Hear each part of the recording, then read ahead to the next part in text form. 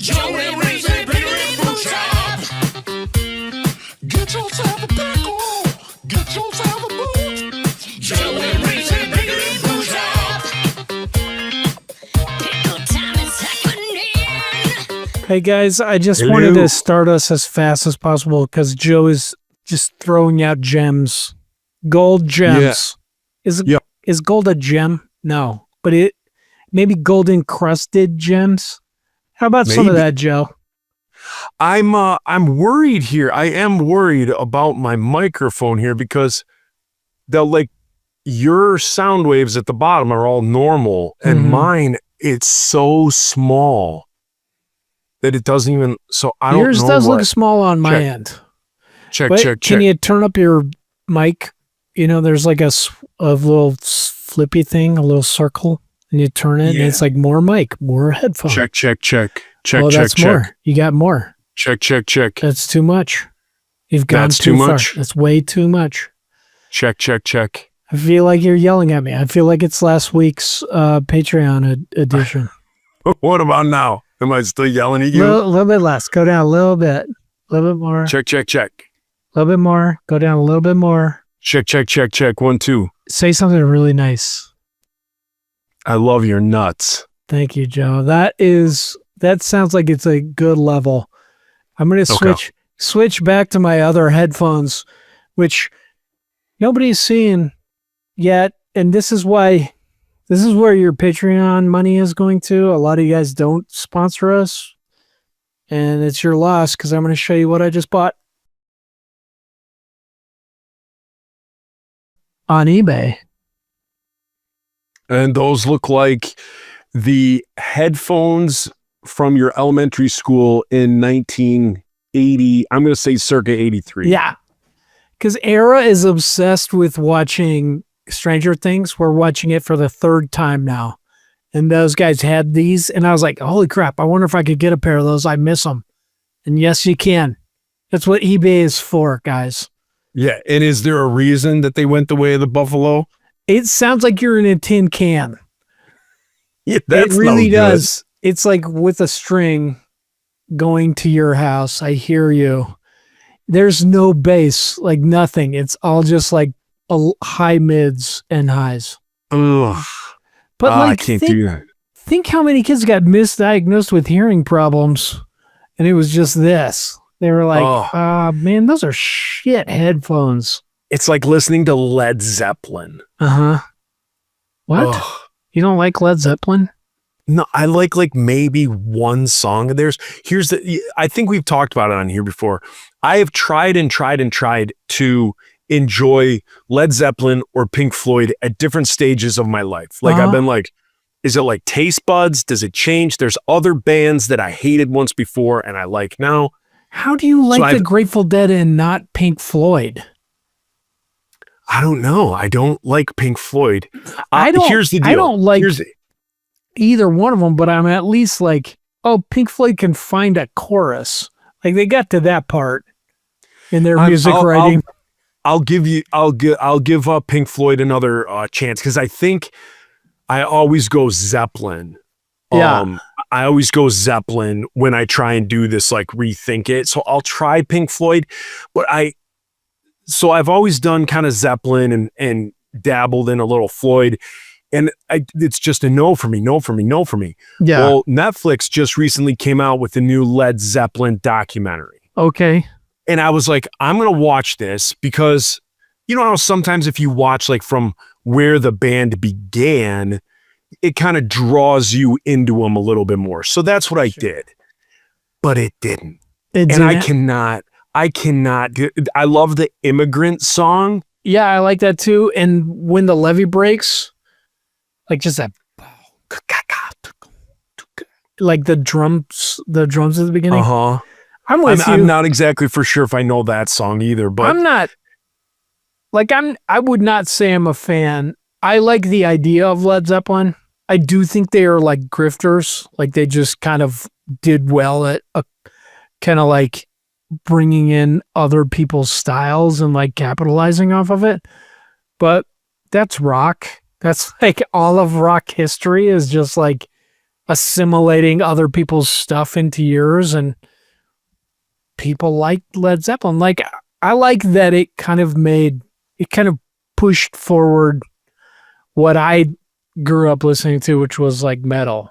You know, like it pushed that along. Yeah, they were definitely the branch on the tree Yeah. that connects to the trunk that sent metal. Yeah, they're like, this is You know. blues, but we're gonna make it sound like dirty and louder and like more aggressive.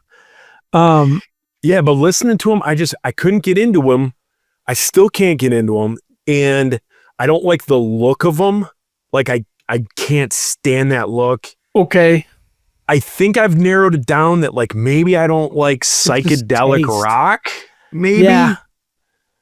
I don't either. So- I'm with you. Like, I don't think anything you have to smoke pot to enjoy it is good music. Like, Right. that's fine. Like, if you like doing drugs and then you listen to it and that makes you happy, that's fine. But like, stop trying to make us listen to your shitty band that you have to be high to listen to.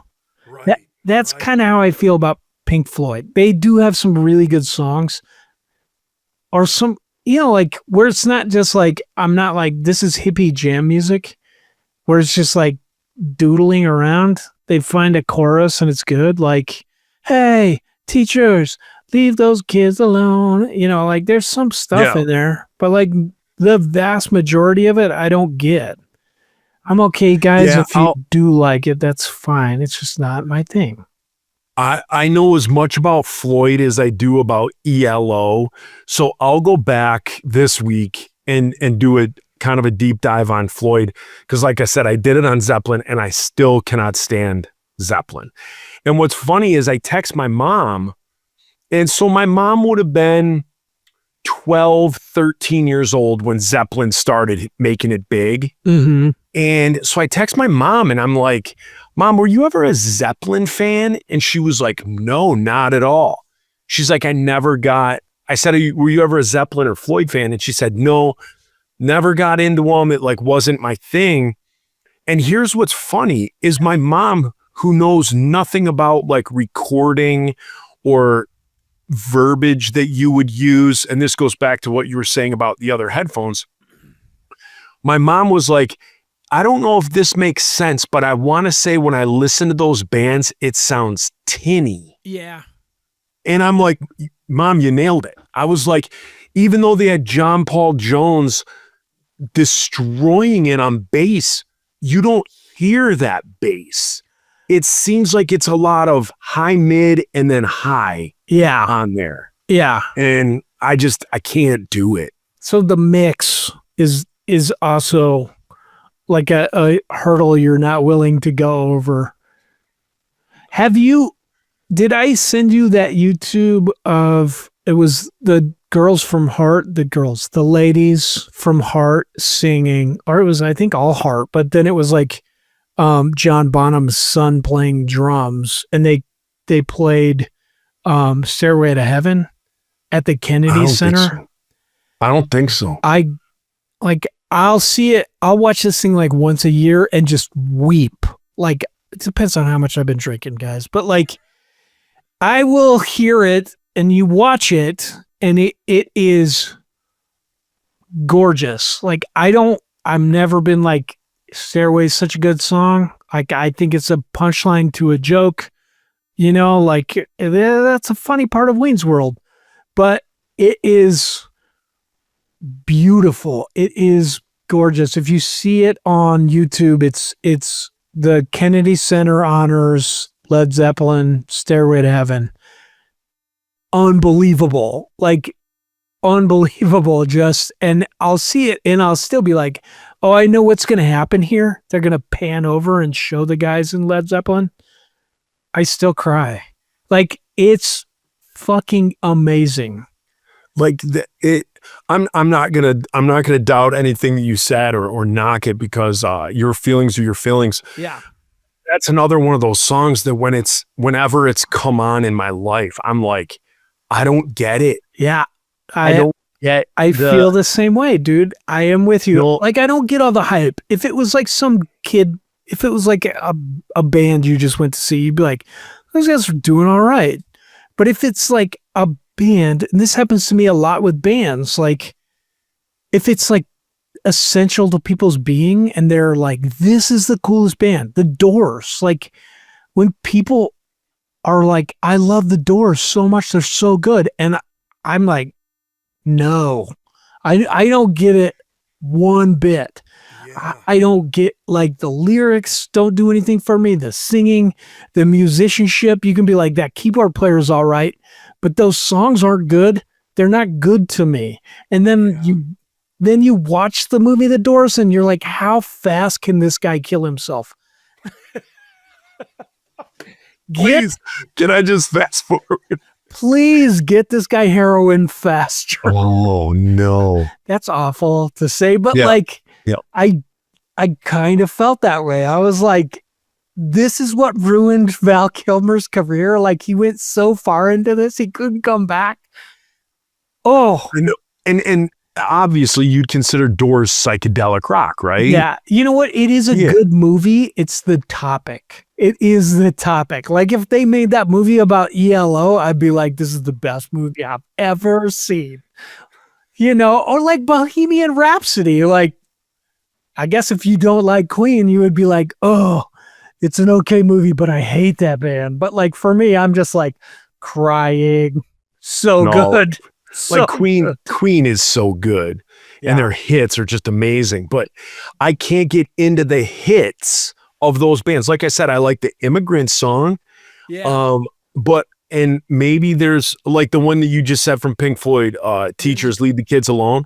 Like, I enjoyed that song. That's why I want to do a deeper dive into Floyd and see if my tastes have changed with them. Because like I said, I'm always more whenever I try and revisit, it's always more Zeppelin that I try and go for. Yeah. But it's just, I don't know what it is. I mean, I guess there's just people out there that if they hear Suicide Machine's Destruction by Definition, they're going to go, ugh, like, what's that? Like, no, thank you. And to me, that blows my mind. It absolutely blows my mind that Destruction by Definition isn't everyone's favorite punk album. It's so good. I can get like the way it sounds. It's aggressive. And like punk is in this like kind of narrow spectrum of sound. There's nothing relaxing about that album. Like nothing that is not just like, I'm a 15-year-old kid and I'm so full of testosterone. Yeah. My But- nuts are just filled to the brim. But like even today you hear it and you still feel that. You're just like, oh my gosh, I want to get in a pit and I want to just like throw some elbows. Yeah. Yeah. I'll play it in the locker room at work and people are like, what is this? Like younger coworkers that are mid 20s to 30. What is this?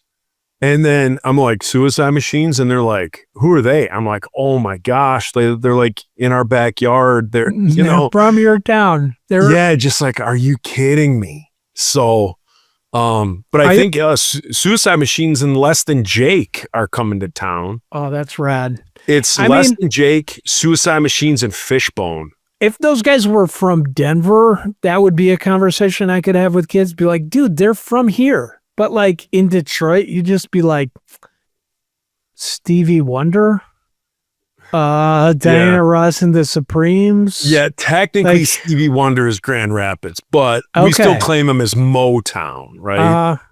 But I mean, like, if you're talking about Motown, you could just be like, almost any band. You just like, come on, dude, just shut up. I know. You can't. It's like crazy. Detroit's just unbelievably stacked with rock and roll history. And what I love is the Motown history that like you can look at a map of Detroit and within like 4 square miles, and Detroit is huge. Detroit's bigger than Boston, San Francisco, and like Seattle put together. Like as far as square miles, it's huge. Excuse me, it's huge. It's blight, but it's huge. But you take this one small area, this like 4 square mile area back in like the 60s, and all the groups that came out, like Aretha Franklin, Diana Ross, Smokey Robinson, the Temptations, like all these people, like and like every now and then still going, somebody like the Commodores. It just keeps going. Like it went for like 30 years. Yeah. And you can like pull, I think at the Motown Museum, there's a little like movie that you watch, and it's like someone opens a yearbook to like one of the Detroit high schools, and there's like 8 millionaire singers like in that, like not 8, let's say 3 or 4, but there's in like one class. In one class. Yeah. And you're just like, this is crazy. Like that amount of talent and stardom that was in like, I always equate it to like, we had me, Nate, Al Brown, and Sarah Mason all attended our high school. And then Sarah Mason's sister married the dude from Switchfoot. Yeah. So like that was always my thing, is like, yeah, well, Motown was great, but in the Christian scene, Kimball High School did it. Yeah, they produced The Insiders, Sarah Mason, and the better half of Switchfoot. So speaking of the Christian scene, I put this on our notes, but I probably did it late. Talk about, I don't even know if you want to talk about this or we should, but we did have like this whole thing, this back and forth thing about Kevin Max. And now there's this huge thing like all over the news about Michael Tate. Yeah. So do you want to talk about it? Yeah, for sure. Okay. Do you know much about it? Yeah, I've read up on it and more stuff is coming out. So as far as today, let's make clear today is Wednesday, June 18th. Yeah. So as far as so if you're listening next week and more stuff has come out that we don't know about, but as far as June 18th, I think I'm up to date on most of the allegations. Yeah.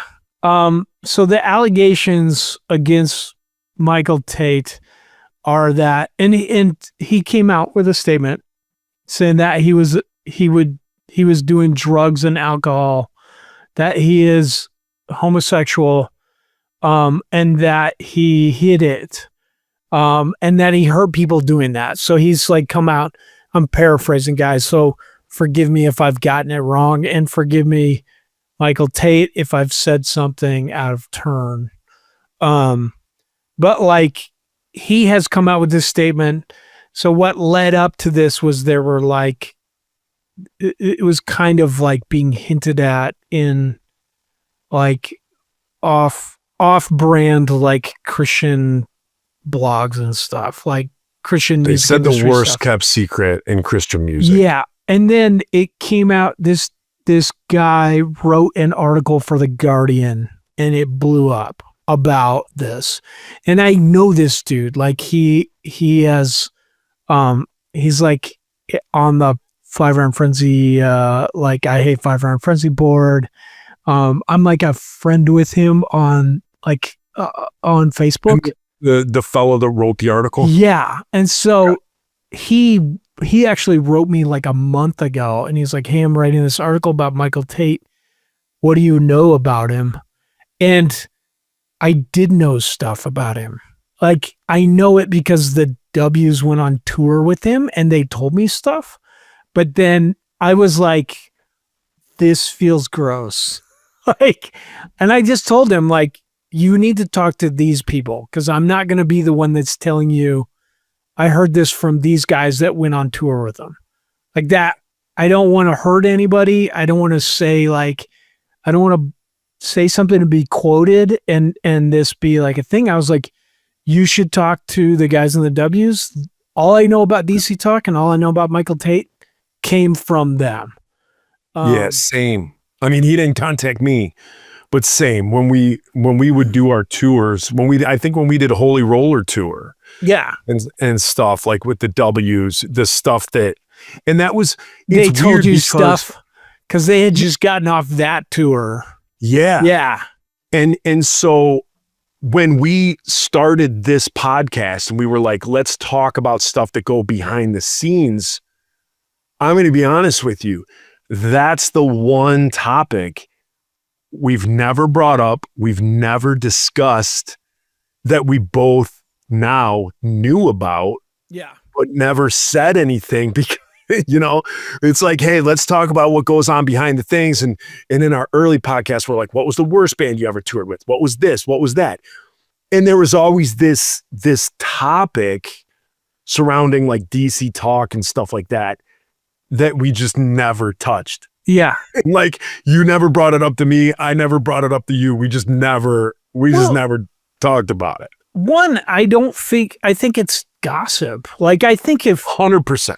and that is hurtful. Like, we're cautioned against it in both the Old and New Testaments. And then, like in our lives, like, I don't like that. It feels gross. Yeah, we kind of did that with Kevin Max, though. But like, I can tell you stories about my interactions with Kevin Max. Me too. Yeah. That's not gossip. That is like me being like, this guy did this and it was weird. Like, yeah.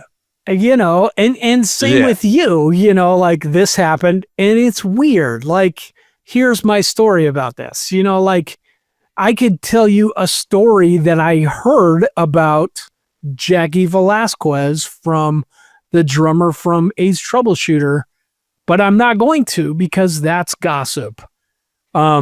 It's not, I was not there. I can't confirm it. What I think, like, the overall arcing. But you're going to text me that one. You're going to text me the gist of that one. But like, what I think is the crazy thing about this is that we worked in an industry, like, we made our living trying to be legitimate. Like, we tried to make good music that was legitimate, to go to places where we could share the love of Christ. And what that was this dirty ass industry that was using people to make money, using people's love of Jesus, and using their need for like a false sense of safety, and to feel like they belonged. Like, you could go to school and you could be like, I also like rock music. Here's my favorite band, and they sound just like Nirvana, or they can rap too. Like, that whole industry, we made our living in, both you and I, but we also hated it. Like, hated the fact that how dirty it was. And I think we pushed against it. Like, we'll be like, yeah, we'll play your church, but then we're going to go play this club. Like, we'll play your church for the money. I get it. Like, these kids need to hear this. They need to hear good music. They need to not just be exposed to DC Talk. Then they need to do this. So, like, I don't know. I mean, like, I feel like you and I, in much of this podcast, we've just talked about, like, that aspect of Christianity, or of evangelical American subculture, super dirty. Like, it's super gross. And what you see in this is just like, it's 30 years too late, but it's falling apart. Michael Tate, like, I don't know what he did, because the allegations are that he groomed people. Now, part of it is like, he groomed 22-year-olds, which I don't think that's the same as grooming a minor. I agree. That he drugged people, which is illegal, and then he did sexual things with them while they were drugged. Like, those are serious allegations. Those are crimes. He hasn't gone to court. I don't even know if he's been tried or charged with anything. This is just out there. People are accusing him of this.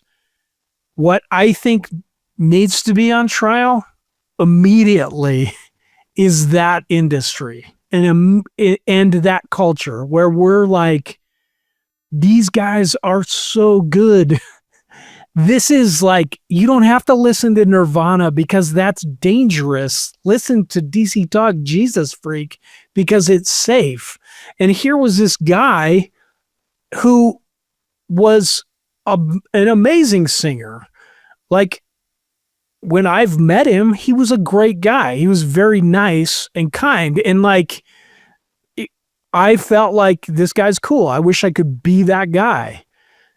But he also was gay, and he couldn't be both because that industry made it, like, wrong to do that, wrong to be gay.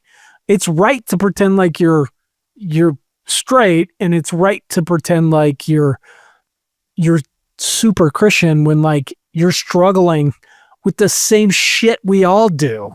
You're drinking.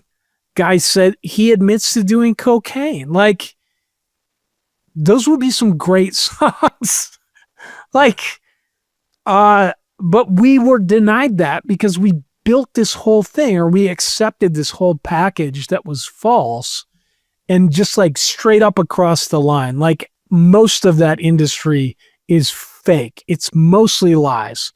You would get people on the outside that were in there and they would buck against it, like Keith Green and Rich Mullins. But for the most part, it's fake.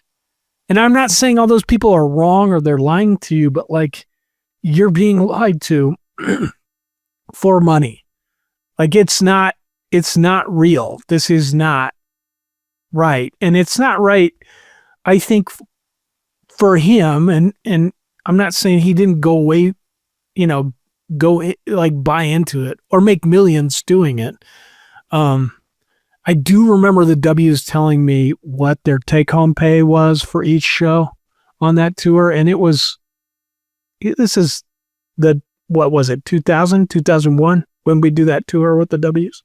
Holy Roller? I think it was like 99. Yeah. So their take-home pay, according to the W's, was over $1 million each show for each one of those dudes. So, like, that's more than I make in a year. Like 100, say you play like for 3 months, like you and I'd be done. Like, I'd be like, I don't have to work anymore. I just put this in a bank and I can live off the interest. Yeah. But like, that's insane. Yeah. So there was lots of money to be made. Lots of money. And I mean, like you and I being musicians, like, we didn't get the majority of the money from our albums that went to the record companies and to the distributor, Yeah. And we got $1.32. Yeah. I've been thinking about this a lot too. And I want everyone that hears me to not twist my words, to not take what I'm saying the wrong way. As we go through this, as we talk about it, I want to talk about kind of like the facts that have come out, or the I don't necessarily even know if they're facts, the allegations that have come out, and to kind of go through them and kind of pick them apart. And as I've done that in my head, just like you just talked about, there's been like a lot of things that have been on my mind.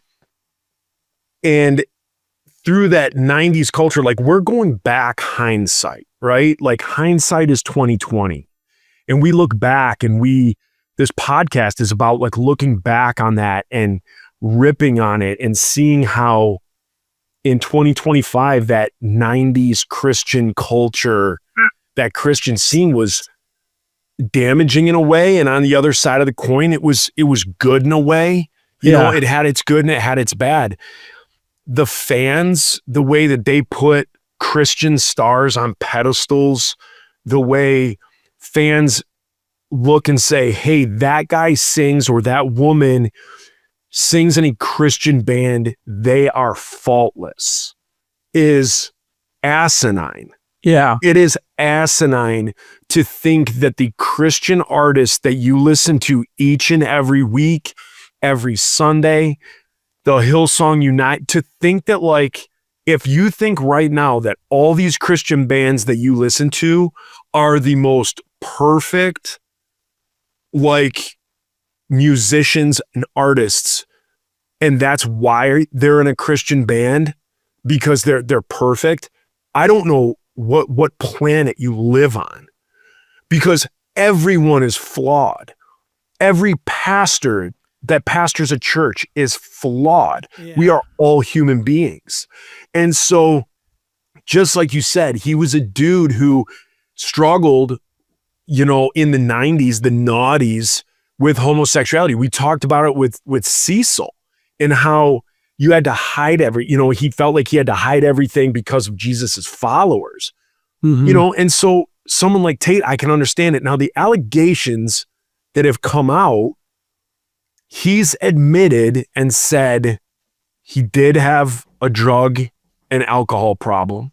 Yeah. And he said, even though he disputes the details of his accusers, he says the general umbrella of unwanted touching and stuff happened. It's just, he says he's not going to get into it, but as the details he says are incorrect, but the overall theme is correct. Yeah. And so I'm with you. And this is one of those things that when you start talking in 2025 and you start breaking things down, people get upset and they call it victim shaming and they call it all these different things. I'm not victim shaming. I want on this show, partly because of my job, I want to kind of look at different things. Now, I posted something on our Facebook page, Diabolical page, when it came out. Someone said something about it. Somebody posted it, and I was like, I hope he gets the help he needs.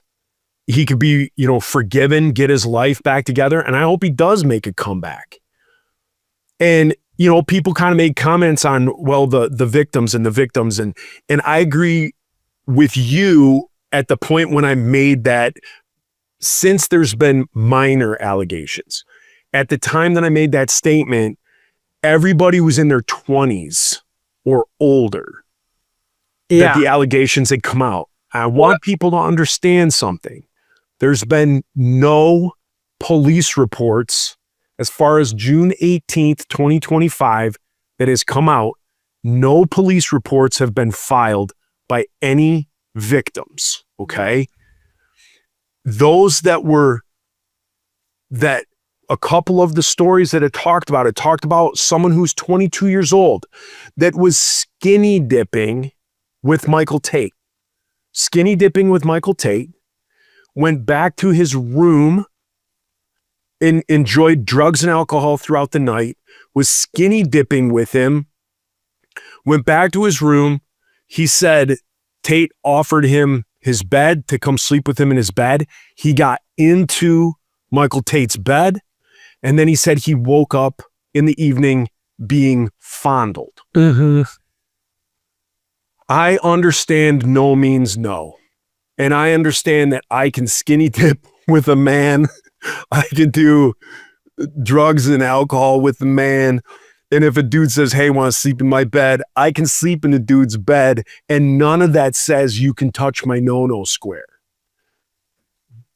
However, that's not grooming. Yeah. That's the issue to me. Now there's other ones, unwanted touching. Someone said that they were drugged. Drugged backstage something, and he grabbed them. Absolutely, that's assault. Yeah. Make a police report. If that really happens, report. Yes. And I'm just going to go out and say, just before it comes out in the press, I have groped most of the guys in my band, and they did not want it. We have a thing called Don't Tap the Tip, and I can't stop doing it. I cannot stop hitting those guys in the penis. I can't. I have a real problem, guys. But just in case it comes out, because it is unwanted, I'm still not going to stop. I'm going to keep hitting them in the penis every show. Sonny, I'm coming for you. So I want people to understand, like, there's no victim shaming. If a crime was committed against you, report that crime. I want to see that crime followed through to the utmost. Yeah. But I have an issue, I think, because of my job. I have an issue where allegations are made and people are judged in a court of the people, a court of opinion, and nothing ever goes to court. And so somebody, male or female's life is trashed when nothing ever goes to court. And I understand there's times where things do, but it's tough for me. It's tough for me to have allegations where nobody files a police report. Yeah. And I find it weird, to come out and maybe you're interviewed by a journalist and you make all these statements and those statements are going out on this platform. Well, why are you doing that? Like, why are you doing that? Like, if it was a crime, was a police report filed in 1998 when that happened, or 1995, or 2007, or 2017? So I don't know that that's difficult for me to rationalize. Now, I have heard things since that there's been minors, like a 17-year-old and things like that. That is concerning, and that is awful there if it steps into the realm of a minor. Yeah. But as far as adults go, I think an adult has that, the situation that I said. I think there's a lot of, and people might not want to hear this, but I think there's a lot of things that went along there that somebody could have said, I don't like the way this night is going, I'm leaving. Yeah. I don't like the way he's been treating me, I'm leaving. I'm not, things got weird skinny dipping, I'm leaving. He offered me cocaine. Skinny dipping. I'm not going to go into his bed with him. Yeah. Like, there's several points where an adult could have made like a better choice. Yeah. And so if you're but not, still, I mean, like, if that is really what happened, this all happened, he woke up, he was being fondled, he didn't have consent. It's still wrong. It is wrong. And so I would like a police report, because what a police report does is says, I'm willing to put my life to match it to his. So when you don't do a police report and you go into the public opinion, you can ruin their life, but you don't have any collateral that you're putting up. Right. But if you make that police report and you're saying this happened, and if it didn't, and if I'm lying, and if I'm hoaxing this guy and I'm trying to get money, then you can be charged for falsifying a police report. Yeah. So that's what I don't like, is when somebody can ruin somebody else's life, but they're not putting up their own collateral. Yeah. That's what's difficult for me as an adult to rationalize there. I hear you. Like, I mean, like, if there are minors involved, it is for sure a crime. 100%. There's no argument. If any of those people were like, hey, I don't like this, and he didn't stop, also a crime, like 1,000% agree. Yeah. It is, I think the thing I think is the grossest is kind of just that industry created this scenario where, like, I don't know if Michael Tate did these things, or, like, if he is like a predator or does these things, but like, for sure you made a world where, like, he couldn't be this great singer and also be gay, right, or also drink, or do cocaine. Like, do cocaine. What would people Right. know? What would people think if they know I'm the cocaine freak? Oh, Yeah, that was I mean, awful. like- sorry guys. Sorry you had to hear that. Well, because so much of like what Christianity has become is just like this image of being good. And if you break from that, either you're good always or you were bad and you turned good. And there's no such thing as good. Like I think that's anathema to the gospel. You're not going to make it. You're not going to be good. You need a savior. You need help. Everyone needs help. And when you're doing good, you should be helping others. That's the gospel. That is the character and the message of Christ. And we want kind of like these golden gods, these golden calves of like the Christian music industry or our pastors to be perfect and all these things. And we keep getting surprised that they let us down. Exactly. Yeah. Hang on. Kara is cranking it over there. Okay. What? She's That means turn- something different here in Michigan. Oh, what does it mean? You do crank? Yeah. She's watching something, it seems like about Nirvana, and I decided to tell her to turn it down a little bit. I don't know. I'm glad we talked about that.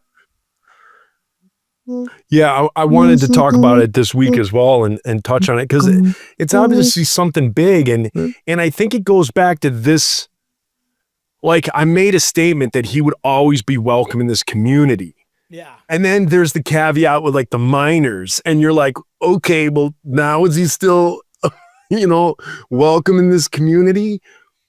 And there's this side of me that wants to be PC and be like, well, if that's true, then no. But there's also the side of me that is bigger than Joe. And it's to me, I want to say like it's Christ in my heart, and that the community that we've built here are people who are either on fire for Jesus or their flame is not burning bright because they're working on things and they're working through things, or it's people who have completely walked away from the faith. However, they're here for a reason, and they engage with us week to week, and they listen week after week.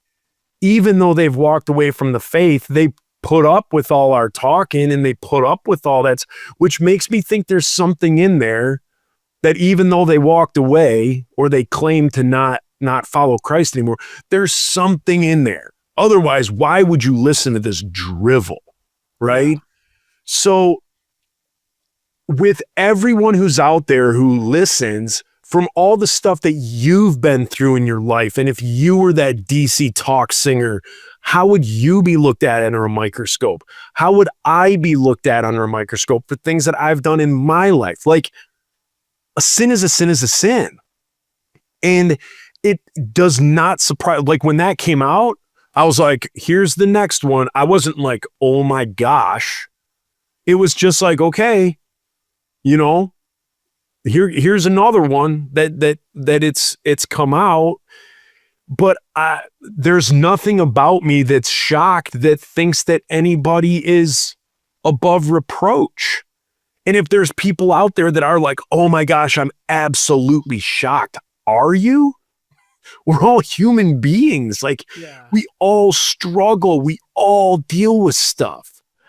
And I don't get it. Well, and I think like people saying it's like the best kept secret in the Christian music industry, like you and I heard those things, that he was gay 30 years ago. Yeah. And we're just like, I'm not going to talk about it. Like, I'm not going to make this be the thing. That band sucks. Like, their music sucks. It is. I don't know that the new when he was singing for Newsboys, and they did the cover of King of Kings. Uh, That is a okay, let's start banger. DC Talk though. I've never heard a DC Talk song where I'm just like, holy crap, these guys are good. They push the envelope. Like, I hear the musicianship. I know the guys who are the musicians. They're making those guys sound good. Like, you're never like Toby Mac is the best rapper of all time. Michael Oh. Tate has a good voice. Kevin Max, sure. Sounds like a sheep. Yeah, but like, like nobody who's heard good music is like, that band is amazing. They're like, okay, cool. None of us got it. Like, none of us in the music circles were like, these guys, like with Switchfoot, I'm like, hell yes, they deserve all the arenas. They're so good. They're such cool people. But like DC Talk, I would just be like, I'm not going to, like, I don't like this. It's not my thing. It's fake. But like, people like it. And I'm not going to just take a shit on it because it's fake. Like, we all knew this. We all knew it. You know, like, we knew Michael Tate was gay because we heard it, you know, or whatever. But like, to us, like, that is not what you do with Jesus. You're Right. not like, oh, I'm going to ruin this band because they're pretending to be straight heterosexual guys who do everything right. What did Cecil say? It's called passing. Yeah.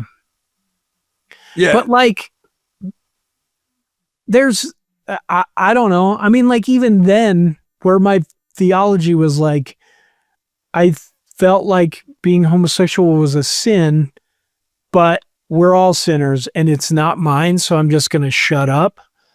Like, even then, I would just shut up. Like, that's between him and God. Mhm. His shitty music, also between him and God. Well, I don't know about that. If you put it out there, it's between all of us. Uh-huh.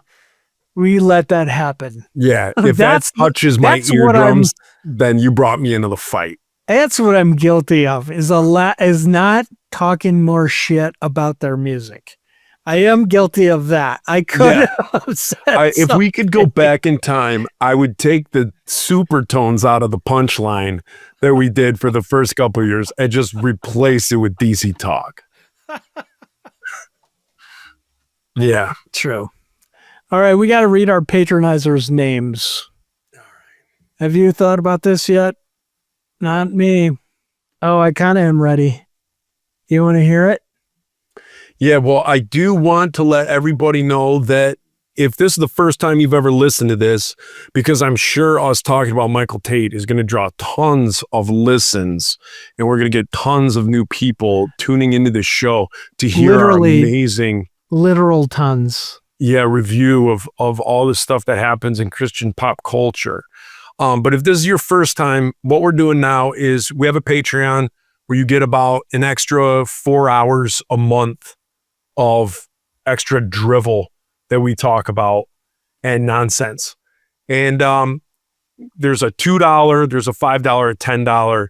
And so our $5 and $10 listeners, when they sign up on Patreon, we read their name, so they can put anything they want. If they have a candle company, they can put their candle company as their name, so people can check them out. They can do whatever they want to do. Just like the first person here, it's Boobs. It's just Boobs.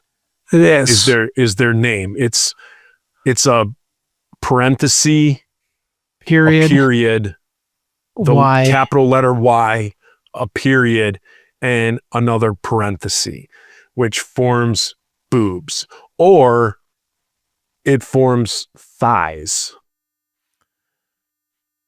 It could be thighs. Thighs, and you have like a pimple where the nipple is. Like just kind of the top of the kneecap, Mm-hmm. maybe. I don't know, but we're going boobs with it.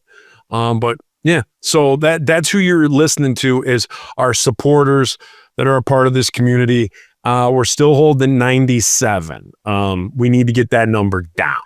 So People joined this week. I get those those things on the Patreon. I get like an email and it's like, you got a new person. I'm like, Oh my gosh, what are people? Can Well, you hopefully they'll hear please- this and leave.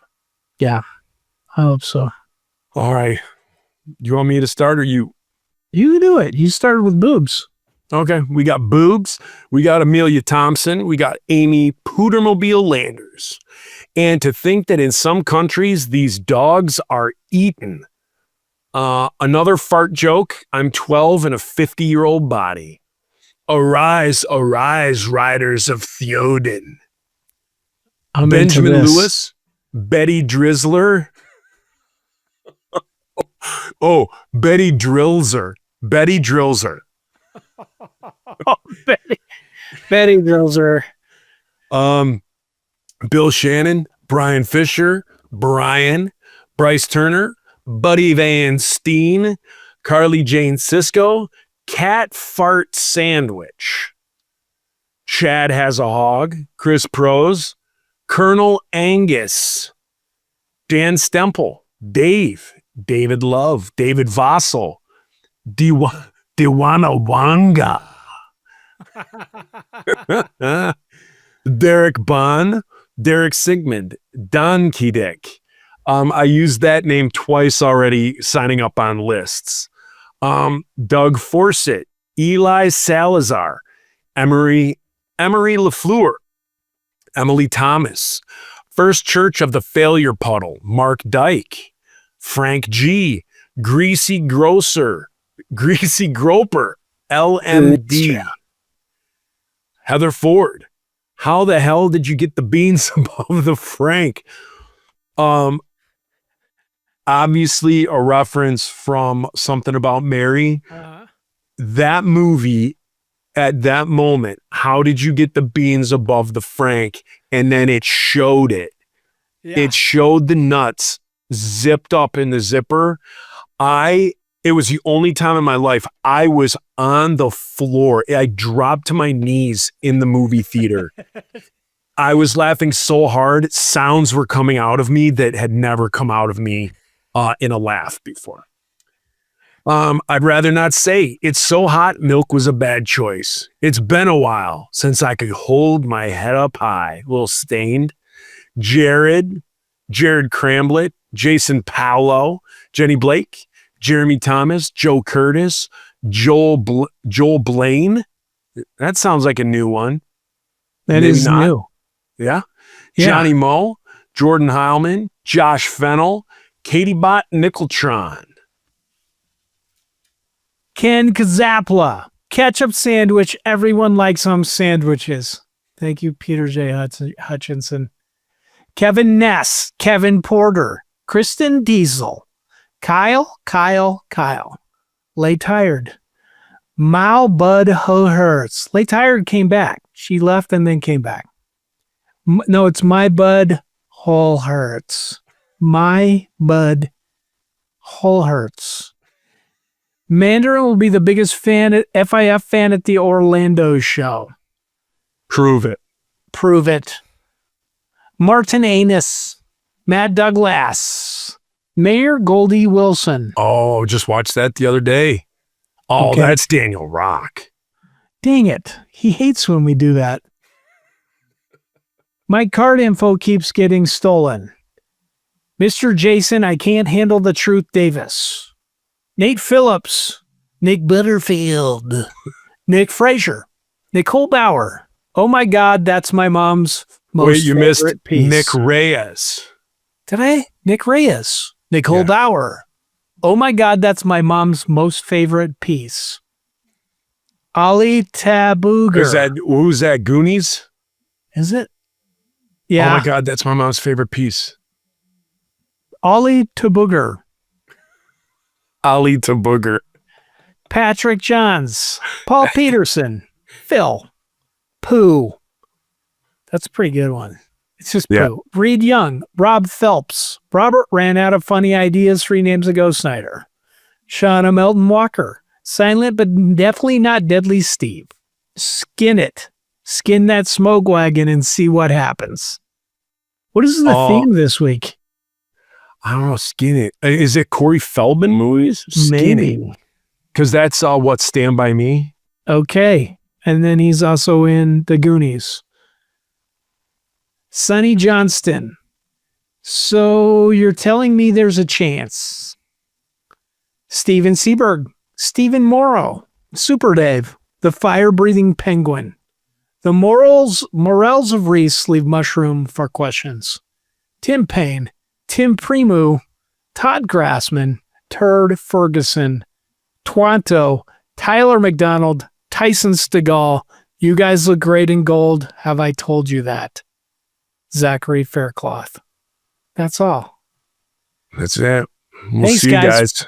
54 minutes of complete trash. We hope you Yep. hate it.